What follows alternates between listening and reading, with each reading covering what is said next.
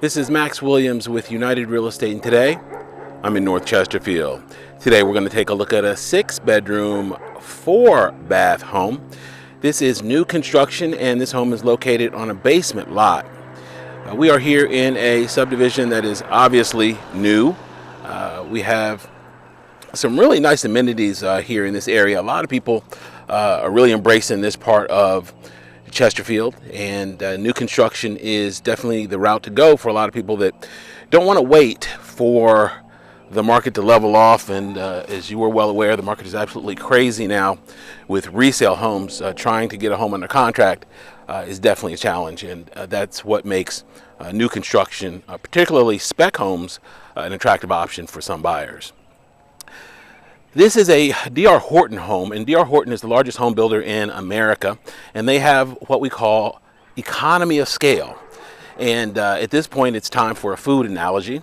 If you or I wanted to buy a pizza and we needed 8 slices, we wouldn't go to the counter and say, I'd like 8 slices of pepperoni pizza.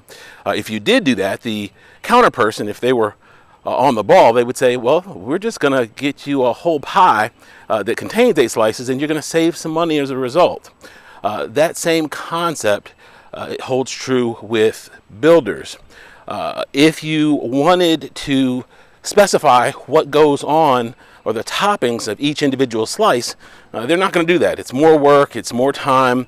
They're going to, of course, sell you 8 slices, but they're going to price it accordingly. And that's the same thing that a custom builder does. They can put whatever you want in a home, but if they're just buying one of, they're not getting economy of scale. When the acquisition manager for D.R. Horton goes to a supplier, they're buying 2,000 shower heads at a time. They're, of course, going to get economy of scale, and that's going to allow them to pass on their finished product at a more attractive price to you than most small builders could do it. This home, of course, is still under construction. This is actually under contract. There's another one that is still available, and it is right there on the other side of that beautiful dirty red truck. The home in the light blue is actually a basement lot as well. I wanted to show you this one in particular because of where it is in the state of construction. One of those things is right here in the electrical box. As you can see, we've got a main breaker and just 2 small breakers. Everything else is still has not been filled in. However, we can see all of those wires, which of course lead through the house, have already been put into the home in what we call the rough-in stage. And that's where they run those wires. They put them here at the different junction boxes and outlets, as you can see right there. Then when they get further along, they will go ahead and come in, put those outlets and fixtures in place once the home is getting closer to completion.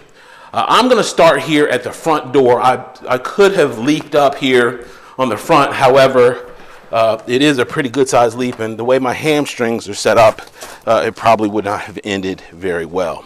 So I'm going to bring you in here through the front so you're properly oriented through the front entrance.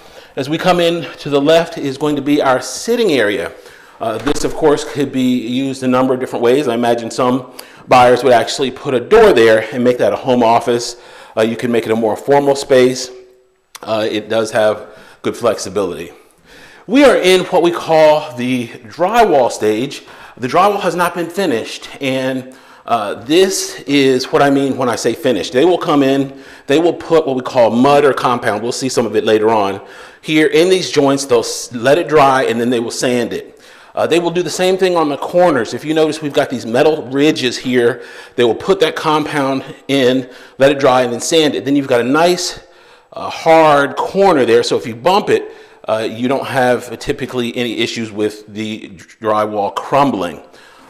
Those are things that are important to look for when we are talking about evaluating cosmetic versus structural cracks. If you see a crack and it is a hairline crack and it goes along a seam and it's a straight line, especially if it's at a corner or near a right angle, there's a good sign that that's just simply a cosmetic issue. It's nothing to be concerned about. Sometimes I have buyers that see that and they just get concerned that the house is about to fall down, and that is not the case. All of D.R. Horton's homes have sinks in the island. None of them will have a sink at a window, looking out to a window. So that's one of their trademark items. This, of course, is going to be an island. Your sink would go right there on top of the countertop that will be installed. Of course, this is going to be your wall full of cabinets. I know this is going to be a gas range because our gas line is right there, and your complement of cabinets and counter will go all the way across. One of the things that you'll typically see in new builds is a full diagram, and you can see we've got the range there. So this is where the contractors know exactly what they're doing. Everything is spec'd out. They know exactly how to build this particular kitchen and home. All right, here on the back deck, we are nice and elevated. I actually showed the back side of this home previously. I was in that home right there in the middle of the frame just a few weeks ago, and I pointed out that this was a basement lot, and now, of course, I'm going to be able to show it to you so you can see exactly how it's laid out. This is a great floor plan for an extended family. If there are a lot of people that are in your household and you need a lot of space, complete with full bathrooms to facilitate them, this would be a great option. Okay, this home does have a first floor bedroom. This is not a primary, but we do have a first floor bedroom here. This could also double, of course, as an office, as a study, simply storage. Our closet is directly ahead, and the full bath is right here. Our vanity would go right here in the corner. That hole in the wall, in the floor, that is the flange for the toilet, and of course our tub shower area here, and the shower head would go right there on that fixture. I'm going to share with you here as we get to another bathroom why the drywall is not up in this particular bathroom. But before we do that, we're going to go downstairs and see what our basement has to offer. Now, there are a few things to consider that are very important when you're considering basement. Basements are notorious for having issues over time with water, with moisture, and I was very happy to see what they've done here with this particular home. This home has what we call Superior Wall. Superior Wall is a trademark. It is a company that is well known for their wall material, their system. It's actually a system. Hopefully you can see the name there. They are known for their system of basements, and they have a strong guarantee, extremely well respected in the building industry. They've been around for quite some time, and it is definitely the #1 route when it comes to basement construction.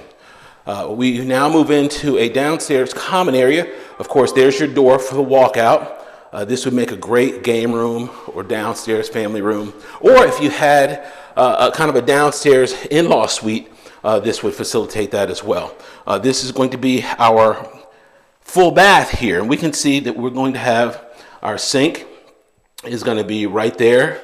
And I'm going to take you into the bedroom, which is right here. Normally when we think of basement bedrooms, we think of something that's kind of dark and dingy, and that's not the case here because you've got this nice window here. We are above grade at this point. With it being a walkout basement, we are not below grade, so it doesn't feel like a dark basement. We also have a nice high ceiling. This is a very high ceiling down here on this level. All right, here to the left is going to be our mechanical closet. We've got a Bryant, I believe that's a heat pump that's in place. I don't see a gas line down here. And some additional storage. Actually, storage goes all the way around there. So we've got good storage down here on this first floor. This home, of course, does have a 2-car attached garage for additional storage. All right, so I know my Northerners love their basement, so I'm bringing you a basement. And this home is coming in, the one that's available is coming in around $490, and so that gives you an idea of our price point. We're going to go upstairs and see what we have up on the second floor. Remember, if you are thinking of new construction, it's important to always be represented by an agent. I'm going to bring you up to speed on some things you might not know otherwise. So the vast majority or all of the compensation is taken care of by the seller. All right, I'm going to start you here on this end of the home. There are a lot of bedrooms here. Wow. Okay, this bedroom, we're in the front corner of the home. Nice closet there. This is going to be nice and bright, really good size. You can get an adult size bed in here with no problem. To the left is going to be a closet. To the right, this is going to be another closet. And our hall bath is going to be right here. That's going to be a linen closet. Our double vanity there. I can tell by my plumbing connections, it's going to be a double vanity. And then here, of course, is going to be our tub shower area, and our toilet's going to go right there on that flange. Okay, let's go on down the hall. Here to the left is another bedroom.